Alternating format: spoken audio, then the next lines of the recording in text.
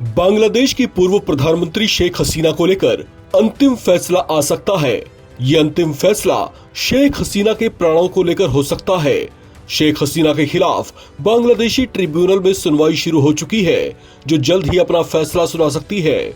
Bangladeshi media में experts की चर्चाओं के मुताबिक ट्रिब्यूनल शेख हसीना को प्राण दंड भी दे सकता है।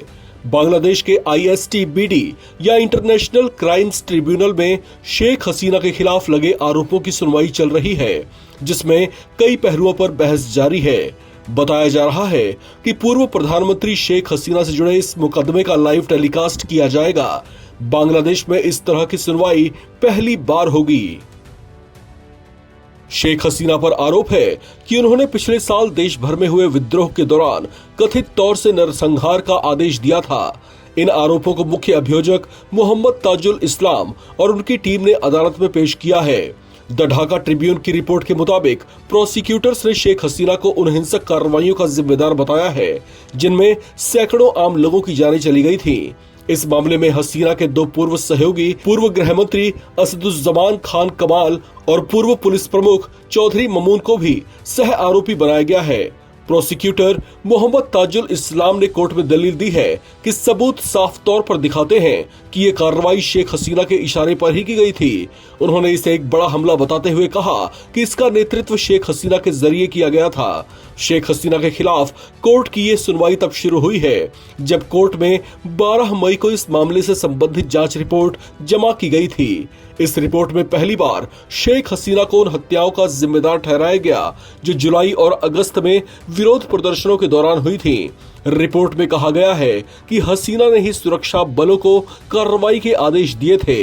इस घटनाक्रम से कुछ हफ्ते पहले कार्यवाहक सरकार ने शेख हसीना की पार्टी आवामी लीग की सभी गतिविधियों पर आतंकवाद विरोधी कानून के तहत रोक लगा दी थी। आपको बता दें कि पिछले साल 5 अगस्त को शेख हसीना ने बांग्लादेश में पनपते हालात और तख्तापलट की कोशिशों के बीच खुद ही इस्तीफा दे दिया था, जिसके बाद वहां जब आंदोलन और भड़का तो वो देश छोड़कर भारत भाग आई थी। सेना के हेलीकॉप्टर में सवार होकर वो भारत आई थी। उसके बाद एक विशेष विमान के जरिए उन्हें दिल्ली के हिंडन एयरपोर्ट पर लैंड कराया गया था। उसके बाद से ही वो बांग्लादेश नहीं लौटी हैं। उस समय शेख हसीना के बेटे सजीब जावेद ने बताया था कि शेख हसीना अब सक्रिय राजनीति में नहीं लौटेंगी। शेख हसीना 4 बार बांग्लादेश की प्रधानमंत्री रह चुकी हैं, जबकि पिछले साल ही उन्होंने 5वीं बार चुनाव जीता था। उनके बेटे सजीब जावेद ने बताया कि शेख हसीना इस बात से दुखी हैं कि देश के लिए इतना कुछ करने के बावजूद कुछ लोगों ने देश में उनके खिलाफ इस तरह का माहौल बना दिया कि उनको देश छोड़कर भागना पड़ा। बांग्लादेश में अभी भी शेख हसीना विरोधी नेता उन्हें वापसी नहीं करने देना चाहते।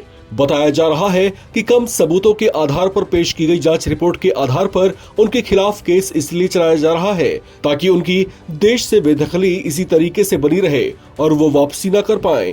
जबकि बांग्लादेश में शेख हसीना समर्थकों की अच्छी खासी संख्या है, जो देश की मोहम्मद यूनुस सरकार की कुव्यवस्था से परेशान हैं और सत्ता में परिवर्तन चाहते हैं।